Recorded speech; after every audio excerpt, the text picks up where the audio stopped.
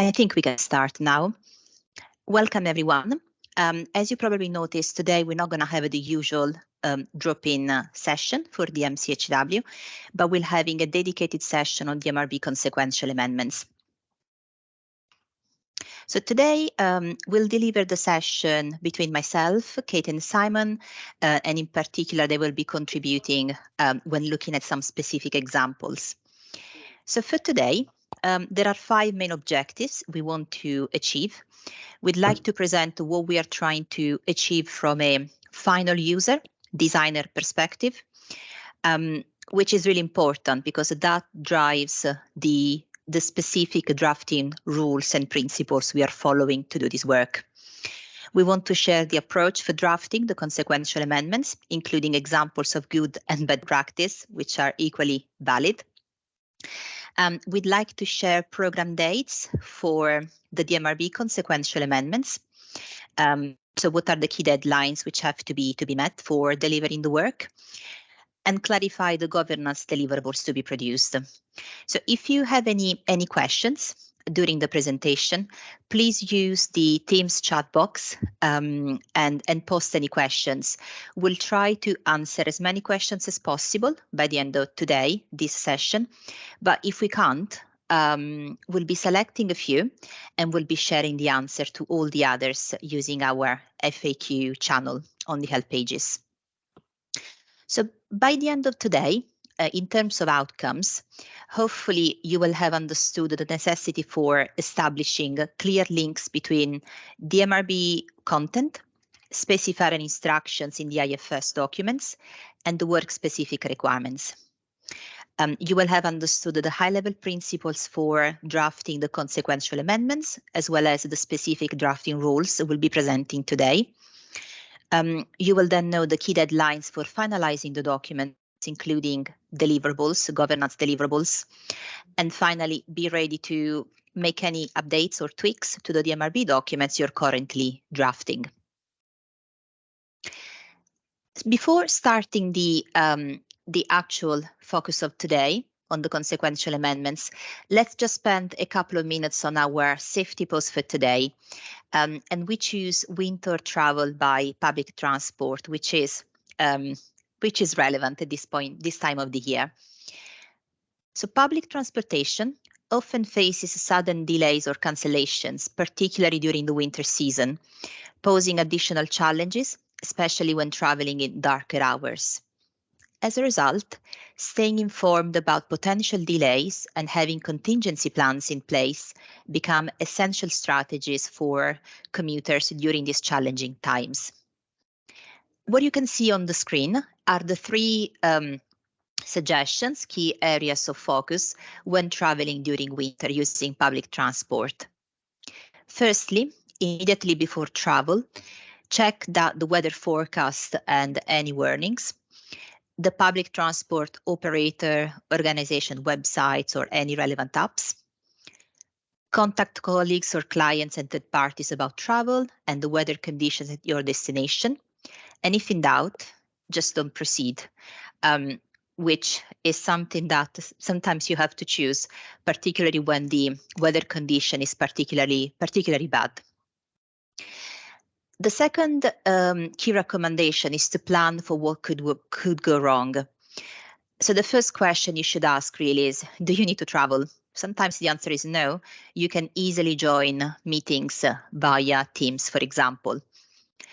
If you do need to travel, it's recommended planning your route, schedule and book your tickets well in advance, and check times of last buses and trains so you don't get stranded. If you're traveling alone, it's also useful to assign a travel buddy, so someone always knows where you are and can raise the alarm if you don't check in.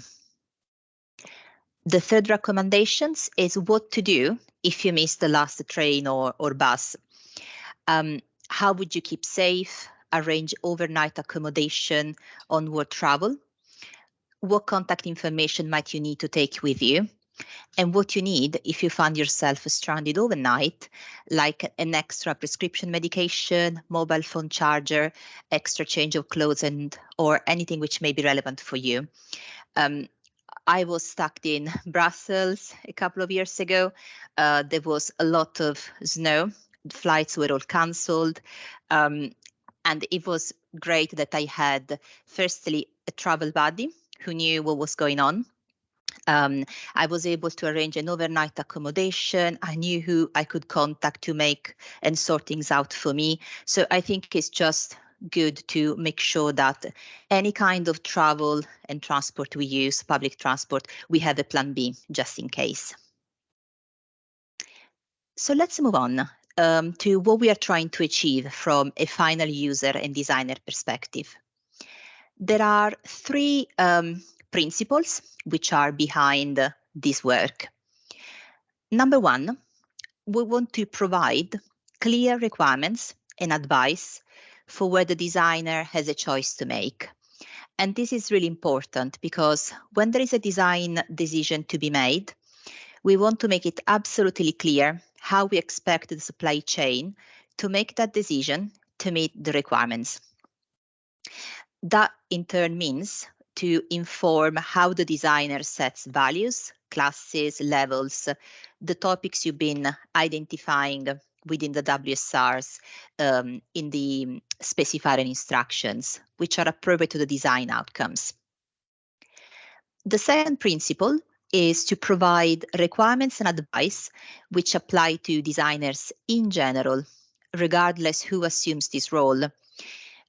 What I'm saying here is that independently of whether you're developing something for a contractor design or is a third-party design, it doesn't really matter because the DMRB is role neutral. Anything which is in the DMRB design row, D row, applies to designers in general. So you're just focusing on design outcomes rather than contractual arrangements. And that's also important because this makes clauses contra neutral and can be applied under different types of contracts. We'll come back to that in a bit more detail later.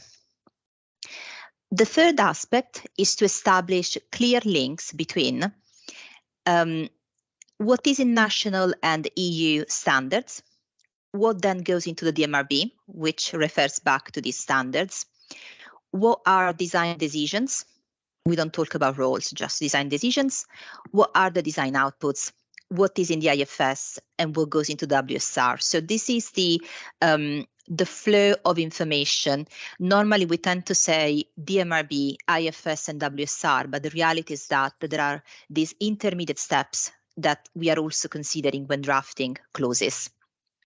So the ultimate goal is to achieve a thread of information running through our documents using consistent topics and terminology, and I'll come back to that later, as well as including criteria for design decisions and how these decisions are communicated to the contractor in the end. So this is what we are trying to achieve. It is equally valid to say what we don't want from this drafting work, which is on this slide. So firstly, we don't need a list which just repeats the specifier instructions. And we'll see some examples later on. Exactly. We don't want to repeat sections of external standards. Again, just completely useless. I'm thinking things like Annex ZAs. Again, we don't need that. We don't want references to specific WSRs, like this information which links to WSR 130/001. This is, again, not relevant because this may change and also you're not really pointing the designer in that direction. The other thing that we don't want is to leave the designer with no guidance on how to make a design decision, and also leave designers with no criteria for design outcomes. And I'm pausing on these points because we will see some examples and good and bad practice which are all covering the previous principles I was mentioning on the previous slide and what we don't want to achieve from this work. Before we go into the specific drafting rules, I also want to flag that all the drafting rules we will be talking about today are already covered in the MDD. So we are not really saying anything new. What we want to do today is just to clarify, extract particular aspects, which we did receive several questions over the last few weeks, and we just felt it was useful to have this session and share with everyone what should be current practice for the DMRB and gain your feedback and comments. So have the MDD part 3 with you, and that will give you all the information you need. Okay, so let's now move on into the specific drafting rules, which is the essence of today's session. There are 8 specific drafting rules that will be presented today. We will start with some basic information around verb forms. Everyone should be aware of that, but we just feel that we wanted to give a complete overview of what is expected to be done, particularly if there are new people involved in the drafting of the DMRB clauses. So we'll be covering verb forms. We'll be explaining what we mean with consistent topics and terminology. We'll be explaining what we mean when saying we need to redraft advisory context in an appropriate manner. We'll be talking about clause neutrality, how to make cross-references, how to clarify design outputs. We will just touch upon performance and method-based requirements, and then say a few words around the document location based on the audience. So let's start with the verb forms. Over the last year or so, you've been working on MCHW, and MCHW only contains requirements. So any clauses were all about shall clauses, or when there were legislative requirements, you had must clauses. But 99% of the time, you were just covering shall clauses. The DMRB is different because you don't have just requirements, which are covered by must and shall clauses. You also have advice, which can be presented using should when it is a recommendation, may when it is a permission. You have multiple options and you can present them as may clauses, or can, which is used when you have notes. So within notes, you have statement of facts, clarification of concepts, and in this case, you can use can. So you have requirements, you have advice. Importantly, advice always relates to a requirement. And you should be familiar with the new DMRB clause structure, where you have a 2-level numbering system like 1.1, which is your requirement, and a 3-level numbering system for advice like clause 111, which can be a recommendation, permission, or you can even have a note. But in any case, you don't have floating advice. Everything is associated with a requirement. Importantly, when you're redrafting notes for guidance, in particular, there are several instances where there are hidden requirements, things like this particular thing is required to, or are needed to, are necessary for. So these are hidden requirements within kind of advisory sentences. So you have to extract these, rephrase, and make them requirements as appropriate. Or if they really are recommendations, for example, they need to be phrased as should clauses. So this is the first point around the verb forms. There is nothing new because this is what the DMRB, these are the verb forms for DMRB anyway. So the second topic is about the consistent terminology being used. And this concept has also been stressed for the MCHW redrafting work because Excuse me. So the importance of using consistent terminology was also relevant for the MCHW.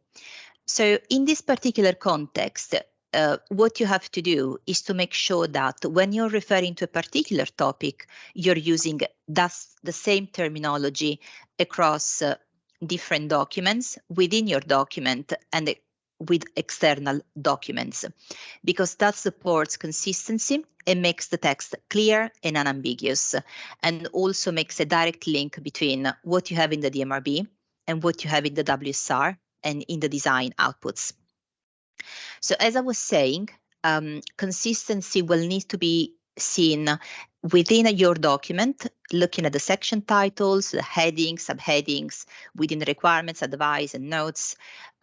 It also applies across DMRB and MCHW documents, but it also applies when you're referring heavily, for example, to third party like BSI standards. And in that case, you have to be consistent to avoid ambiguity when using different documents, DMRB and external standards. So we have an example to show you. Well, this is a good example of how to use consistent topics and terminology. In this example, we are considering the document CC204 is covering high friction surfacing. And you see the text highlighted in yellow provides the different options for high friction surfacing. So it can be cold applied or it can be hot applied. When we go into the DMRB, you will see how things have been phrased. So the product application shall be selected from one or more of the following. And again, you have exactly the same options which have been provided. And then similarly, within the IFS, it talks about the high friction surfacing performance designation, choosing between A, B, and C. And then when we go into the DMRB, it says, in order for a designer to select the performance designation, the relevant document is a BSI standard, the British standards, 8870. And when you go into BS 8870, you will find these three different options clearly stated. So this is exactly what we are after, a clear flow of and consistent terminology being used across the different documents. We'll come back to this example later, also when presenting how things should be linked, and linking DMRB with the IFS and external standards. Is there anything else you want to flag, Simon, Kate, before we move on this topic? No, I think you've covered it as yeah. well. Okay. Okay, thank you. Okay, so let's then move on to the third item, which is about redrafting of advisory text. So here there are three aspects we'd like to flag to you. Firstly, this is a kind of repetition of what we were explaining before. You have to assess whether a clause you're drafting is advice or it is a hidden requirements. Sometimes there may be hidden requirements. These have to be redrafted. The second point is to check whether advice should go in the main text or in an appendix.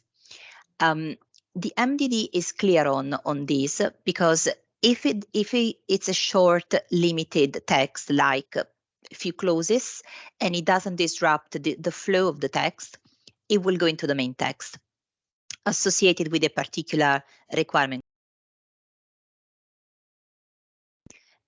If instead is a longer piece of advice that has to be provided, the appendix is the appropriate place.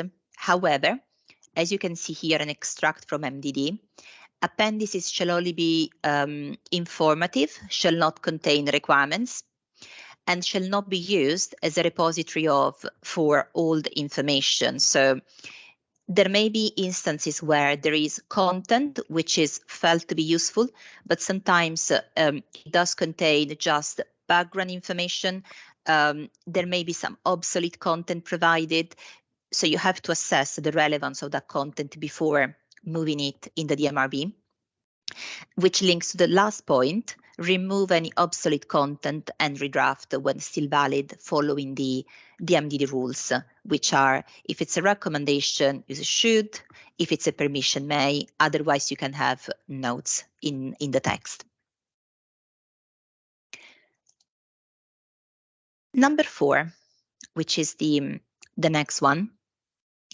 In terms of clause neutrality, what is important here to say is that the DMRB, in the DMRB, we are not assigning specific roles in the document unless it's absolutely needed. And we know that there are some documents where there are particular roles specific to the document, so that's still fine.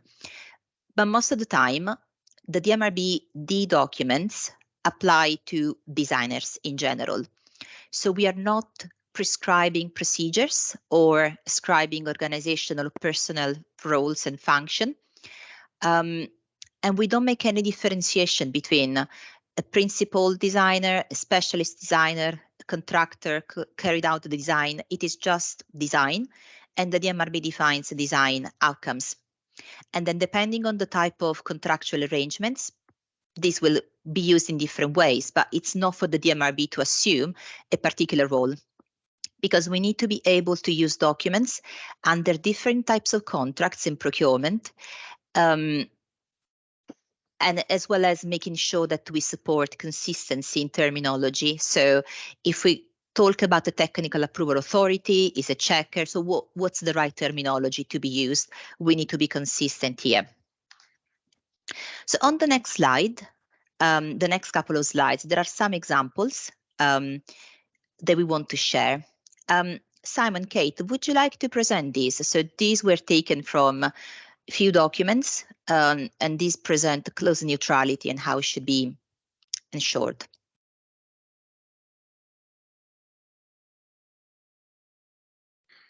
Yeah, it's one of the problems is that if the contractor is the principal design organization could farm everything off to the contractor design. It's not the designer's decision in a lot of cases. It's a much higher level, done in agreement with the actual client organization as to whether or not the actual design organization has the competence to do the things that are being designated as contractor design, or they may be because simply there isn't enough information regarding the site. A lot of contractor design is pretty much because the site conditions are not known. The other one, 2.1, it's more a point that the contract specifier, you don't instruct the contract specifier, because the contract specifier is basically a representative of the client organization. So as far as that 2.1 is concerned, it's the designer's problem, because it's the designer's responsibility. He can't shovel that off back to the specifier, because the specifier his role isn't to actually engage with asphalt suppliers and contractors. He doesn't have that responsibility. Thank you. Thanks, Simon. Sorry, just to say also on 2.1 that there's no contractual engagement with the suppliers at that point, and they have no contractual obligation to this. There's very little point talking to them. Yeah. Perfect. And in any case, we don't say designers. We don't mention designers explicitly, because all clauses apply to designers. So this should be rephrased to say early engagement should be undertaken with, which will then apply to designers in general. Ideally, you write it in such a way that you define what you actually want from the early engagement. Yeah, exactly, because at the moment is missing. And you can't, and then there's public procurement rules in so much as engaging suppliers. If you then result in putting specific requirements into a contract to aim at specific suppliers. That's illegal. So yeah, which is the neutrality concept as well. Not precluding the market. Okay, thank you. On the next slide, there are a couple of examples. There are a couple of points we want to make on cross-references. I mean, first of all, we do not make direct reference to WSRs, as I was explaining before. So in this example, the task area design proposal shall include all details necessary for the construction of task area and to meet the work-specific requirements. We don't really state that because the WSR doesn't form part of the design brief. It shouldn't be stated within the DMRB. And the second thing to bear in mind when making cross references is that rather than trying to cover all the possible instances within clauses and then missing some documents, what we suggest is to introduce a standard statement in the forward at document level, which will go into the publishing information. So at the moment, we have just 2 sentences in publishing information. We say this document is published by National Highways and this document supersedes X, Y, and Z, which are withdrawn. What needs to be added is another statement, general one, which says that this document provides the requirements and guidance used to develop the design outputs required to deliver the works in accordance with, and then you will provide the relevant references within the forward, and that will then apply across the whole document. Is there anything else you wanted to add on this one, on the WSR point, Simon and Kate? This in addition to the forward is basically just to help those DMRB documents where the DMRB document actually provides outputs for multiple specifications. In this case, it's the design of bridges, which is CD 350, which is currently proposed to cover pretty much all of the structure's specifications. And this was just a suggested text, just to help the user. Yeah, to know which documents they're referring to. And actually this point links to the next one, which is how to manage design outputs relevant to several DMRB documents. So this is an example that was shared with us by the structures team. So basically, you may have a case where you have a document which covers design outputs, which apply across several documents. And this is the case of CD 354, design of minor structures, which cover the design outputs for all minor structures like column height, bracket projection, and so on. And these design outputs are also relevant to other documents, including, for example, TD 501 on road lighting design.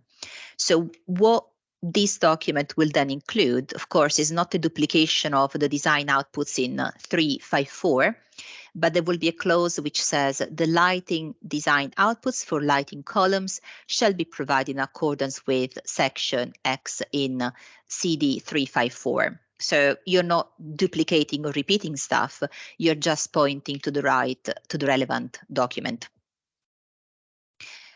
So these are the 3 main things around the cross-references. So the next item is about the clarity of design outputs. And this is probably one of the main, the most important things, along with the consistency in terminology. So when you're drafting the DMRB clauses, again, as the MDD says, design outputs and generally all requirements have to be specific, measurable, achievable, unambiguous, and contractually sound. So anything which is ambiguous, like consideration should be given or as appropriate and so on, would be ambiguous. And the MDD Table 2 in Part 3 does contain a list of vague terms to be avoided. So we do suggest you have a look at that just to see what needs to be avoided when drafting.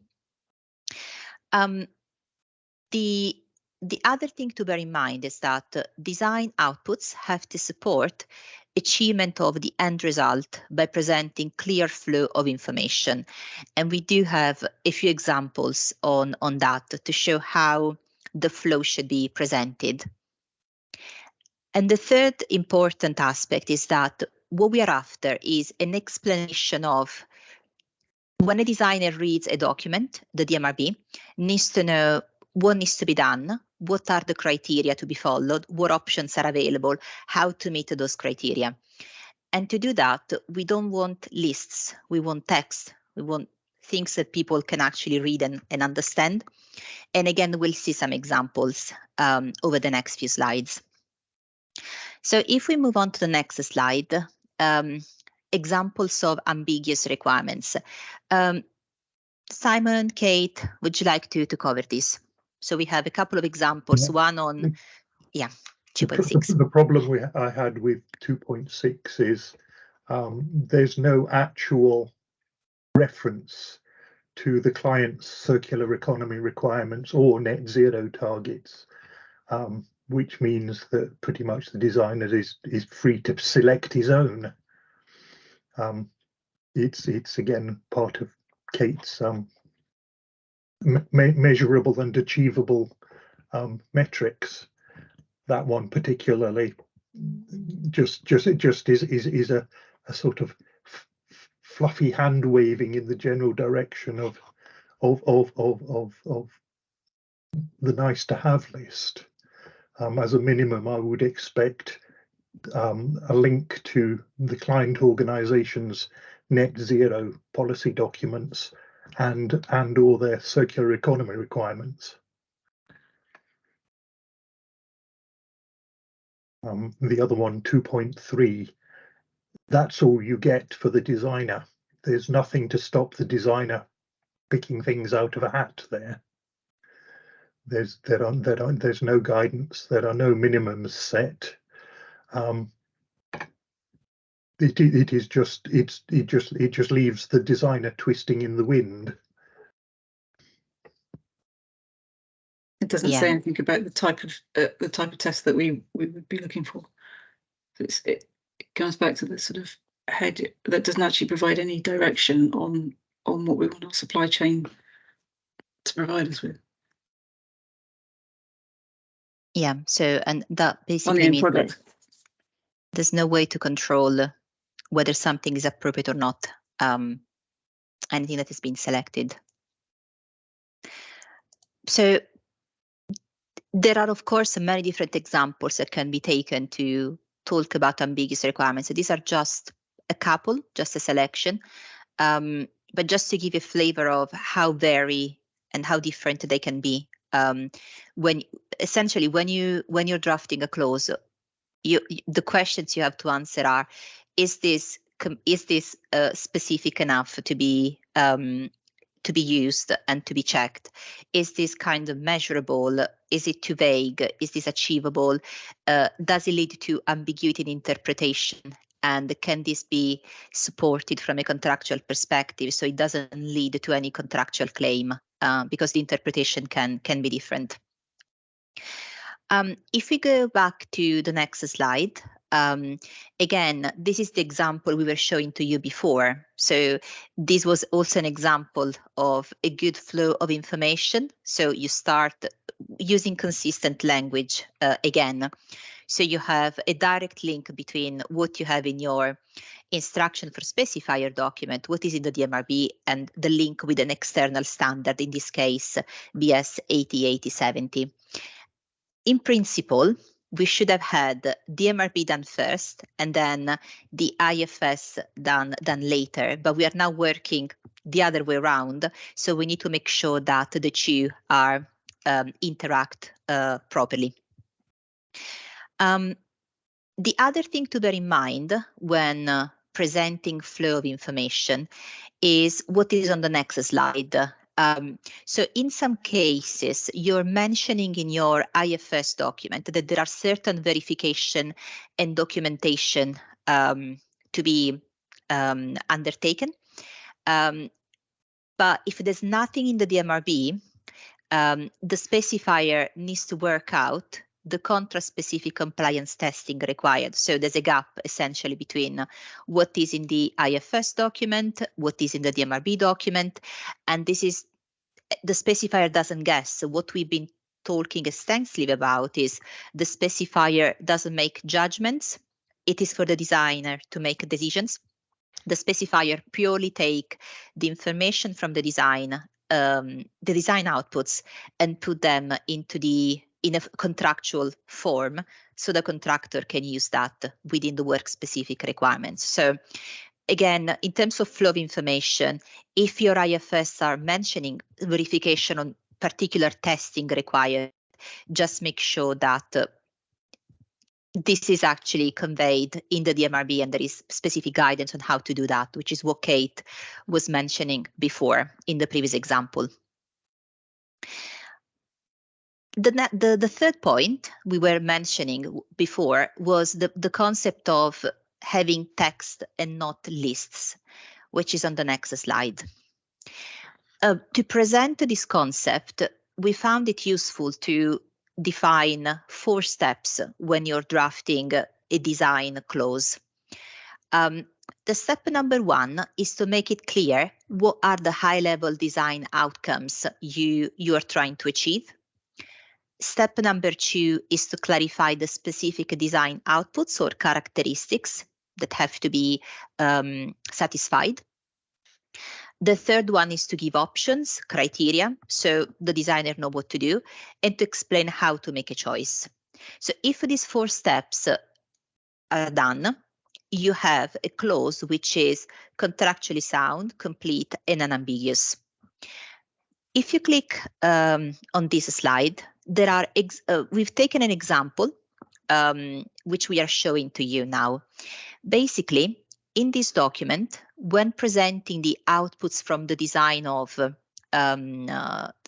temporary traffic management, you see that the high-level design outcomes are clearly identified within this text.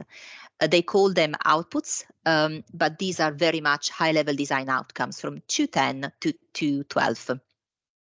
So it says that the outputs from the design shall include all details necessary to define the scope of TTM arrangements, the phases, the personnel, the plant, and so on. And the outputs shall include X, Y, and Z, and the drawings shall detail all permanent signs, road markings, and so on. So it gives a clear overview of what the high-level design outcomes are. Then in the second screenshot, you see for each temporary traffic signs, the design outputs shall include, and you have a clear understanding of what the specific characteristics that have to be identified, the coefficient of retroreflection class, and so on. And then in 3.3, it tells you exactly what are the options available, which is the left-hand side of the table, and what are and how to make a choice. So the scenario when to use a different option. So you see, this is a complete package and explains exactly high-level outcomes, specific outputs, what are the options available, and how to make a choice. And this is complete. If instead we just provide lists of the WSR, if you go to the next slide, you see in this particular case, the design outputs for the general classification of materials and products shall include, and this is a list which is taken from the IFS document. So it's talking about the specific outputs and characteristics. Then it talks about options, which are the different classes, but it doesn't tell what the high-level design outcomes are. So if you click, Becky, please, it's unclear on the outcomes. It may be that this is covered in another document. In that case, there needs to be a specific reference, so it is absolutely clear what the designer is trying to achieve here. And then equally, it is unclear how to make a choice. You're providing the classes, but you're not stating whether the choice, for example, is led by an external standard or whether there are any criteria to make a choice. And this would leave a gap, and designer wouldn't know what criteria they should be following. So this is to explain why if you follow these 4 steps, you will have a clear provisions and a complete set of information for designers. Anything else, Simon, Kate, you want to flag on this one, based on the few examples you've seen? I think you've covered it. Sorry. No, I haven't got anything extra to say. No. The whole point is that the first example covers it all. The second example doesn't. And that's. And I think, and this is the reason why we say if you just provide lists which are duplicating the WSR, they're not really conveying the whole package of information. No. Yeah, there has to be some context to those lists as to, yes, like you say, the higher level requirements, and then how you make a selection for each of the, or our criteria for making those selections. Yeah.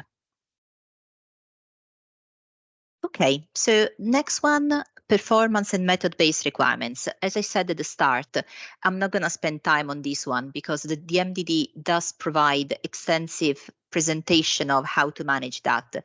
But the only thing I want to say is that when you're drafting DMRB clauses, what we found useful when dealing with requirements for assets is to adopt a mixed performance-based approach where it may be useful to have an outcome which is defined and it is a requirement, and then you have advice which is presented as a recommendation, for example, which is giving a particular method or way of working, something more specific and say prescriptive, but it is still a recommendation, so it can be deviated by.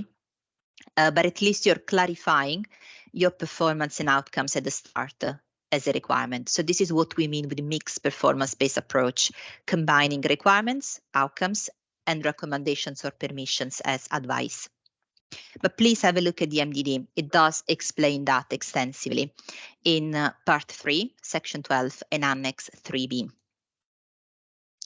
The last point in terms of drafting rules is about document location.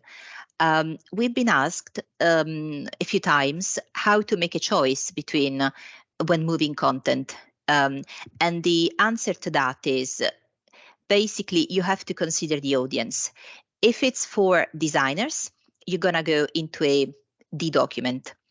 Even things like design for maintenance or design for construction is still design information, so it's still part of the design row. But if instead you're providing information from an assessment of an existing structure, it's going to be an S. If you're talking about maintenance, so your audience are people doing the maintenance of the network, it needs to be an M document. So that's how you should make a choice and distribute the content as relevant. So what we've covered in this session are the 8 items listed here, from verb forms to document location. The last message is please do undertake a final consistency check once you've drafted your document.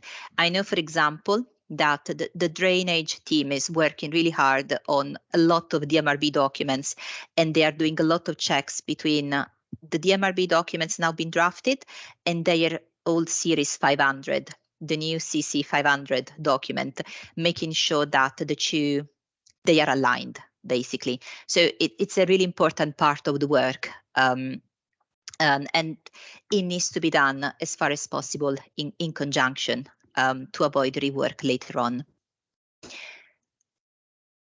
The last few things to cover are the program dates. So in the next couple of slides, So the next one. I've listed all the key program dates to be met. Again, these were communicated well in advance. So we shared this information back in 2021 in terms of trying to align the two programs. And then in January this year, we did confirm the key dates. But here you can see a detailed list of all the different stages. So you're absolutely clear on when things have to be done by when. Perhaps for this audience, the most important things are drafting and finalization of governance deliverables, which is the first item by the end of January 2024. This will need to be followed by content specialist review, pre-consultation, addressing comments, and then the actual consultation, which should happen the last ones by mid-April 2024. Then it will be followed by a comment resolution stage, quality review, allowing some time for addressing comments you're getting from quality review. And then, as you know, since commercial review needs to be done meeting certain requirements, we have introduced this step of a pre-check CIAT, Commercial Impact Assessment Template. So we've allowed a couple of weeks, say that there is some time for us to review your commercial assessments. And then you see all of this is contributing towards the last Chief Highways Engineers authorizations by the end of November 2024, so that there's sufficient time to make sure that all the documents are ready. They don't have to be notified, of course, that's the presumption. And then we can go into the publication process and have DMRB and MCHW published by March 2025. So there's really no contingency here. All the deadlines have been set. So if you have any comments, any observations, please be in touch so we know what to expect from this program of consequential amendments. Let us know. And Becky Ansel is managing the DMRB program.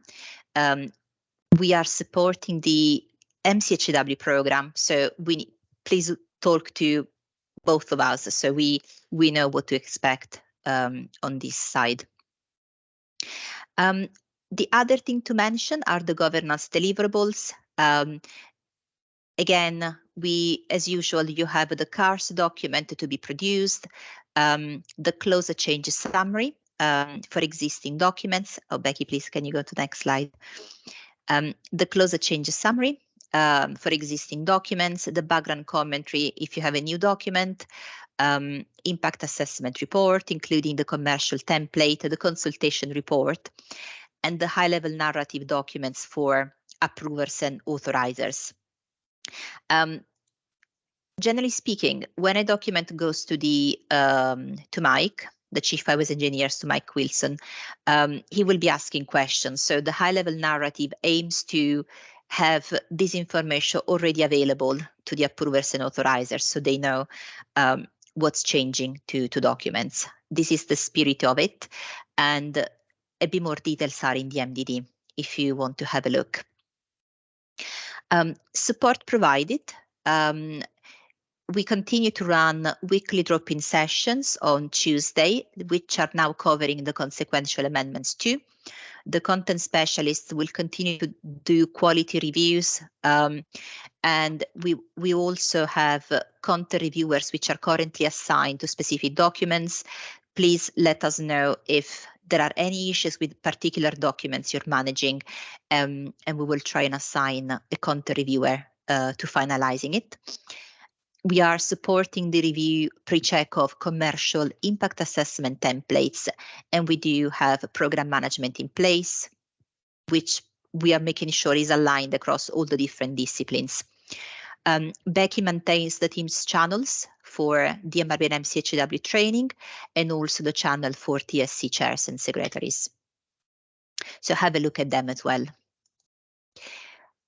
So just to wrap up this session, for today, we identified 5 outcomes. So we hope that by the end of today, you'll have understood the necessity of establishing the link between DMRB, instruction for specifier documents, and work-specific requirements. We presented to you the high-level principles and the specific drafting rules, providing a few examples.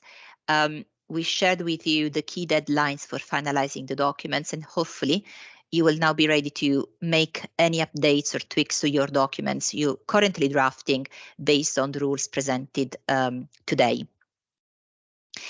I think there have been a few questions in the chat. I didn't manage to read any of them. I'm conscious of time, so I suggest, is there anything in particular we'd like to answer on the call, or have you answered most of them? We haven't answered any of them, sorry. Okay. I was a couple that I've picked up on, Gavin, you asked about inconsistency with terminology between external documents, where the external documents are not using consistent terminology. I think the answer on that one is you've got to make an education. You've got to use your specialist knowledge to decide on which terminology to use, and possibly put explanations in the documents to pick up on where the external document is using the wrong terminology or different terminology. There's no right or wrong answer on that one. You just have to find a middle ground that is communicated, that can be communicated to our designers and contractors. Ideally, you use the terms and definitions section. Yeah. And just indicate there's an equivalency somewhere. Another area that was mentioned is contractor design. One of the reasons why we are saying don't give specific WSR references, specific MCHW WSR references in the DMRB document is because of that we want a design output. If you're telling the design output has to go into WSR X, Y, Z. Then if the contractor's the designer, then that's nonsensical. With contractor design, it comes back to our basic statements. The DMRB document does not. It needs to talk about the design, not the roles. So design instruction is in DMRB document, regardless of whether the contractor's doing the design or regardless of what the contractual arrangement is with the designer. NH has contractual arrangements with the designers through the traditional route, where they are consultant employees. We have a contract with the designer through. If the contractor is the designer, there's a contract or a different contract arrangement. If something is always contractor designed, and it says in the MCHW, the SHW says that it's always going to be contractor design, then that will drive what the design outputs need to be and how they need to be presented.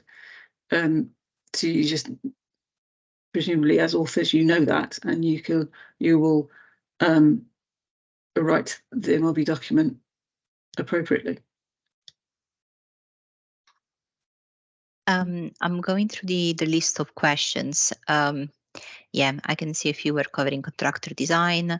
I mean, there's a general question at the start. Are you planning to update the MDD? No, as far as I know, over the next few weeks and months. Becky, any comments on that? I mean, I don't think there's any need to make any changes to the MDD. No. In terms of drafting rules, particularly, definitely not. That's all very stable. We only ever make tweaks to it now if we really, really have to. So no plans at this time. I can see there are a few questions around. Well, there are a few questions, but sometimes some of these questions are led by examples that the person was asking the questions had in mind. So may I suggest that if you have any specific example you're thinking of when you were raising the question, can you just share those examples with us so we can give you a dedicated answer? So some questions, yes, are general, but some others I definitely see you may probably have something in mind when asking them. So just give some examples and we can reply. Can we have an example in the expected format on how best to set the design outputs? I think we presented that example, which is the one just clearly identifying. So again, we are not after list of design outputs, which are taken from the IFS. And I think there was a comment in the chat to say it's not obvious that this information should be provided. So things like structure reference, a drawing model, we are not after that type of information listed. The example that was shared on the CC204, the high friction surfacing, that's a good example because it's a narrative. From a designer perspective, you need to know what are you trying to achieve, what kind of options, if any, are in place, how to make a choice. And then when there are options to be identified, these options will then be selected by the specifier in the IFS. But you're not listing things, you're making the narrative in the DMRB like any other rules we were providing in the past. There's nothing new here. The difference is that now that we are working backwards from the IFS to DMRB, we're having this issue. But in principle, if we were doing the other way around, so we had the DMRB defining the outputs, then the IFS was just consolidating them into the SIs, if that makes sense. So that's why we're not after lists here. Let me see if there's anything else. Well, I'm conscious of time. I don't want to overrun with this call. May I suggest we take all the questions. If you had any particular example in mind you would like an answer, please do share with me. And then we'll have an answer to these questions in the next session next week. And of course, you can ask any other questions as you like. Okay. Thank you very much all. If you can complete the Menti survey, that would be great. So we can keep a record of, we can have feedback on the session of today. Thank you. Thanks, everyone.